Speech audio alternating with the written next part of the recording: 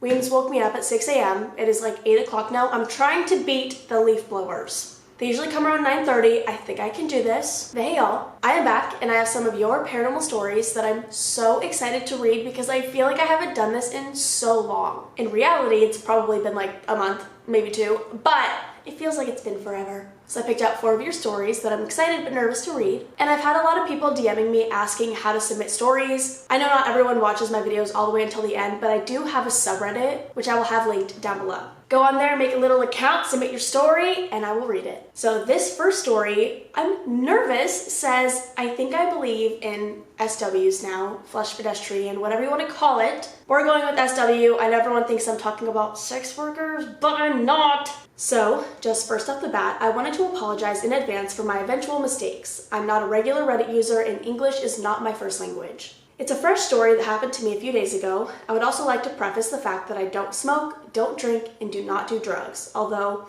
I wish I did so I could just blame what I saw on that. Also, it may be a bit long. Having that out of the way, let's get started. I think it all started around a month and a half ago.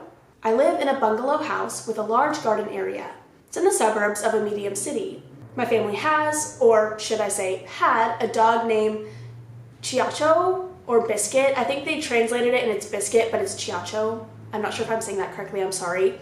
He used to be really cute, energetic, just a lovely dog that you would want to pet and play with for hours. A month and a half ago, I went on a 3-day trip abroad where for a lot of the time I was driving through forests, etc. At the time, I didn't think a lot of it, but now I wonder if I brought something back with me, or maybe it has little to no connection.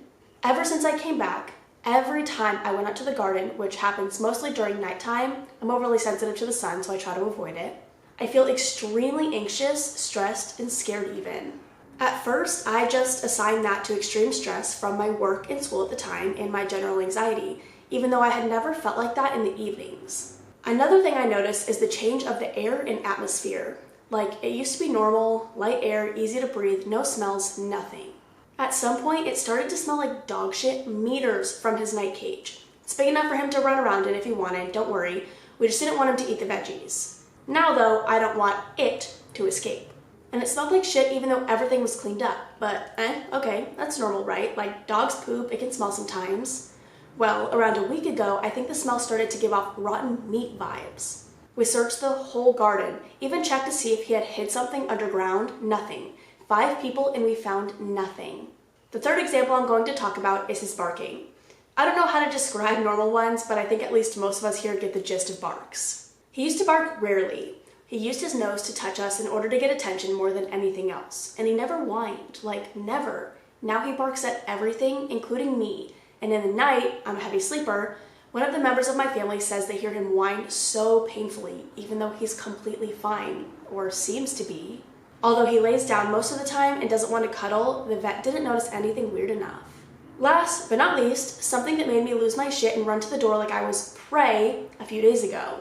I'll admit I get scared easily, but I'm pretty sure I had good reason this time. I left home a little later than usual, like 2 hours later maybe. Obviously I made some noise here and there, and since I was asked to pick up the laundry, I had a flashlight to help me with it. I mean, it wasn't so dark that I couldn't see without it, but I still had it lit for some time. I got to work and, you see, I was done, so I started walking towards home, which means I had to pass by a shed. I also turned the flashlight back on just to be sure I don't trip on something really small in the grass. The moment I was in field of view of my dog, I felt an itch in my neck and looked in his direction. What I saw terrified me. His face was weirdly elongated. It didn't even look natural. His eyes didn't even pick up or reflect the light of the flashlight, they were just 2 dark holes. And his legs were bent like in half circles outwards, kind of like a parentheses. I ran as fast as I could for my life, and I locked the door. I've been afraid of what's in my dog's cage since then, and I haven't let anyone let it out. It looks normal now, but I don't even dare to go out at the same time I did last. Please tell me I'm not just losing my mind and that it's not real. Wait, I don't know. It's so scary because I want to tell you it's just your dog and it's fine, it's normal. Maybe you were a little paranoid, so I don't know. But at the same time, I believe it. Like, I believe it. I believe you and I'm scared and I don't know what to tell you. I don't know how to help. I can't help. I just what do you do in that situation? Like, I have no idea. But we're gonna move on. This one says, my daughter's ghost, who I also saw. Hi, I'm a mother of 4 and my daughter turned me onto your YouTube channel. I love spooky stories. Your storytelling is fantastic. Here's our story. You guys like hype me up so much and I'm like, ah! Ever since my daughter was 4, she has seen a spooky girl in a white dress and the crooked neck man. She would tell me about it and I never discounted it. She would tell me that the little girl scared her the most because she would come over to her and choke her. Every time she saw her, she would start screaming once the girl would let go of her neck. Sometimes she even had small bruises that looked like fingers that would show up on her neck. She wasn't scared of the man. He was the one who would shoo the creepy girl away from her. I did look up the house to see if there were any tragedies or deaths that occurred there or nearby there. Well, I found out there was a shootout with the police that occurred next door. When I went to go look at the house, you could see bullet holes in the siding. The wife was killed. The man then hung himself before police broke into the house. The little girl was severely injured but survived. We think that it might be a demon portraying itself as a little girl, and the crooked neck man is the guy who protects her. I used a pendulum, I don't know how to say this, pendulum, to talk with him, and he said he was trying to make up for his misdeeds in life. Well, the girl went away for a while and we moved. They both moved with us to the new house. Either they were attached to her or they came in through the vortex that's in the new house. I didn't see them until we moved into the house with the vortex. The crooked neck man hangs outside of my window, and you can see him where there could be no one standing in the window. My daughter found a new ghost. She calls him Pablo Chichon. We only ever saw him when we were traveling on a delivery route. He would be standing on a corner in a suit with a hat and suitcase by his feet. We decided to check and see if he was actually there, and he was not. So I assume he's a ghost. I have other ghost stories related to me using the Ouija board if you would like to read them. Of course. Okay, so you said they both moved with you. Is the little girl still like tormenting your child, or is the man like protecting them more than he was before? Like, what's going on? I feel like I need more details. Like, what is happening now, currently? This next story says Grandma's Demons, and I kind of read this one a little bit, and I hate it. Hi, I posted already a few days ago and wanted to give it another go around. I realized my first one was a bit all over the place, but once again, my name's Eden. This is the story of my grandmother's extremely haunted and demonic house. Trigger warning for death. You can say all of the names in this story. My grandmother's name was Shirley. She bought this beautiful 3-story, 16-bedroom, 9-bathroom rustic home in 1975. The house had already stood over this land since the late 1700s, so it had a very good bit of history to it. The house itself was built against the rocky side of a mountain in the middle of southern West Virginia. I'm not so sure of how my grandmother came into possession of this home, but even after experiencing these evil things, she stayed. During Christmas time, it's supposed to be jolly, happy, with joy filling the air. But for my grandparents and my mother, it was nothing of that sort. My mom had relayed this story to me a million times over, and it will never not scare me. Here's my mom, early teenage years, and my grandma and grandpa. They're sitting down for dinner when they hear crashing all around them. Startled, my grandpa jerks up and says, "April, how are you doing that?" referring to my mother.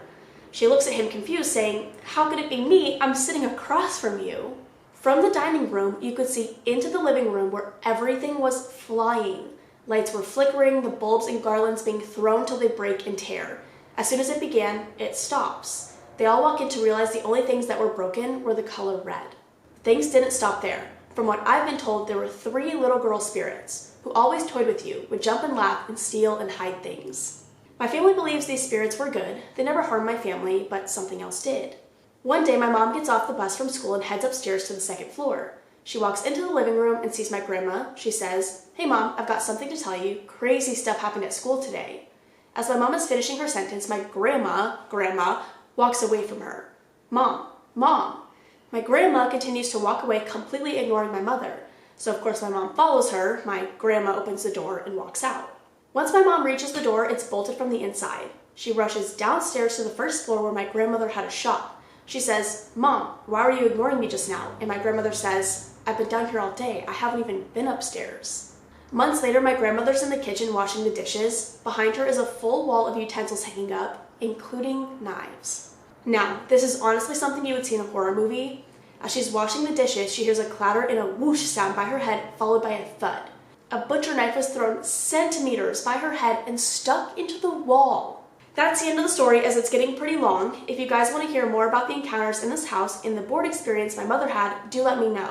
I'll do another one. I'll attach a Polaroid of the house in this story. I don't see the attachment, but you have to tell us more. I don't care if it's like a book. I need to know everything. I will read it. I don't care how long it is. And if your mom used a Ouija board in that house, I need to know about it. I need to. Whatever. Last story.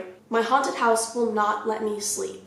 Hey Courtney, my name's Elvira and I have always been connected to spirits. I've been drawn to them since I was young. I can see them sometimes with the naked eye, but mainly they like to visit my dreams. Before I start with the dream stories, I used to play with a pendulum. I used to ask it questions randomly instead of doing my classes during my whole online class era. I got to a point where it would tell me it loves me, and that's when I stopped talking to it. It scared me, but the feeling of whatever I talked to still follows me. So my first dream was when I lived in a duplex with my mom and younger brother while our house was being remodeled. My bed was pressed up against the wall to where I would face the wall while sleeping. So I did just that, fell asleep facing the wall. Don't think I'm weird. There was a slight opening in my sliding closet and it terrified me that if I woke up in the middle of the night, I would see something in it. No, I feel like we all share that fear. Anyways, back to the dream. It was like I was suddenly asleep because I opened my eyes and I was facing my bedroom. The sliding closet door started to slowly open and 3 black, shadowy figures came out and started to crawl towards me. This wasn't sleep paralysis, 1, because I was asleep, and 2, because I could move. I closed my eyes because I no longer wanted to see them crawling towards me. I opened my eyes and I was facing the wall again. It was 3 a.m. Another dream happened when we moved back to our house. In my house, the stairs are split up so you take like 3 steps down and then the back door, then you turn right and there's the rest of the stairs. I had this dream the night before I moved back into the basement. In my dream, I was at the top of the stairs, about to head down. On the platform, a little girl was blocking my path. She said, "Don't go down there, it's not safe for you." I didn't listen and walked past her to go downstairs. Before I entered my room, I looked back up at her and she seemed scared, slightly frowning. In my room, there was a very long stick kind of a figure who was in the top corner of my room. I then woke up and experienced my first experience with sleep paralysis. Just like in my dream, that figure was in the corner above my bed just staring at me. To this day, I wonder what would have happened if I did listen to that girl and turned around. The next dream I have is my scariest and most recent one. It started with me in a crystal shop buying some crystals. Something I do a lot because of protection and because they are just cool. I got home and put the crystals out in a circle in my bedroom for some reason. Then I walked upstairs and talked to my mom about something. I started to feel like something was entering me, like I was being possessed. I was fighting and it felt like half of me was all that was left. The rest of me was fighting to tell my mom I love her and that I'm sorry. I was so scared because I literally felt like I couldn't control myself anymore. The last story isn't a dream, but it's when I woke up. So at a time when I was painting and working on renovating my basement, my mom and I shared a bunk bed. I was on top. When she left for work, I would move to the bottom one. I was sleeping on the bottom when I woke up for no reason. I saw my mom sitting on the bed close to my feet. She didn't say anything, but she just looked at me. I said, "Mom, what are you doing here?" She then started to slowly fade away. I was so scared that she was dead or something, so I called her and she was safe and she was still at work. I have a lot more paranormal stories I could share. I just wanted to hop on and tell you all because here soon I will be moving out and hopefully nothing else will happen. Other stories I have include SWs, my crazy ex-best friend, and in general, other things that have happened in my home. Thank you so much for reading. Then they said, edit, I will post a part 2 soon of things that happened during the day in the house. I need to read that. You guys always have the coolest and craziest stories. I love reading them. I don't know why. Sometimes I just feel like I do something for so long that I'm scared it's getting boring, but then I hop back into it. Like I take a little break, I hop back into it, and I'm like, wait, why did I stop doing this? Hi, Nar. I feel like it also doesn't really get boring because all the stories are different. I mean, obviously they're similar, just like they're paranormal or they're all about stalkers, but they're all different. Like everyone has their own experiences. I feel like it's cool. But that is all I have for now. I hope you guys enjoyed. If you have any other stories you want to share with me or the community, I will have my subreddit linked down below. I don't know if I have much to ramble about, but I'm going to see if my little brain can come up with anything, so I'm going to go. I love you guys. I will see you in the next one. Bye! Oh, I was going to mention this at the beginning. My cat scratched my face last night. I don't know when because I don't remember it happening, but Weems was sleeping with me and he was kind of petting my face because he wanted, I don't know, he just sometimes reaches his paws out with his claws out and puts it on my face. I don't think he means to have his claws out. He just does. I don't know. Anyways, he scratched me at some point in the middle of the night. Don't remember it happening. I woke up, it was there, so yeah. Sorry, it was distracting. I don't even think you can see it from this far away, but I just spit. But when I get closer, you can see it. Also, I don't know if it's allergies or what, but I feel like I'm always sick. I go through sneezing fits, and now that I talk about sneezing, I feel a little tickle. I go through sneezing fits every day, multiple times a day. My throat is kind of mucusy, that's gross, but whatever. And I am over it. I don't know what it is. And I thought it was my air filter Is that what it's called? I don't know. I hadn't changed my air filter in a long time because I just like didn't know. Like I knew, but it was never something that I thought about. Like I was never like, oh, I should change my air filter. Like who the fuck thinks about that, honestly? And so I was telling my sister and my friend that I was like feeling really sick, like every time I was in my home, but then I would leave and I'd feel fine. And they were both like, change your fucking air filter. When was the last time you changed it? So I changed it and I feel a little better, but I still feel like my allergies are so bad. Like when I leave the house, it's like maybe I'm distracted so I don't think about it as much, but when I'm like sitting on my couch, I'm like, oh, I feel so sick. I don't know what it is. It did get significantly better though with the air filter change. I just still feel like gross. I don't know what it is, but I hate it and I kind of have to poop like really bad, so I'm gonna go. I love you guys. I'm sorry. Okay, it just kind of like hit like, oh, I got shit. I love you so much. See ya.